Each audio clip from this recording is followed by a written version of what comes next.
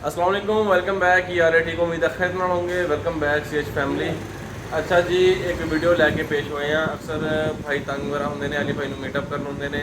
अली भाई 26 मीनार पाकिस्तान के नाल बिल्कुल।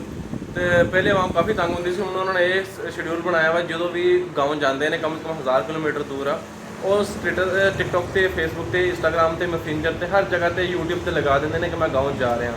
तो जो वापस होना उदों फिर वीडियो लगा देने। हम भाई काफ़ी दूरों आए हैं। अस्सलाम वालेकुम भाई, क्या हाल है? ठीक हो? अस्सलाम वालेकुम, अस्सलाम वालेकुम, अस्सलाम वालेकुम। अच्छा, कितने आए हो? ज़िला अटक से। कितना फासला है? 400-500 किलोमीटर। देखें, फासले दूरी से आए हैं स्पेशल मिलने।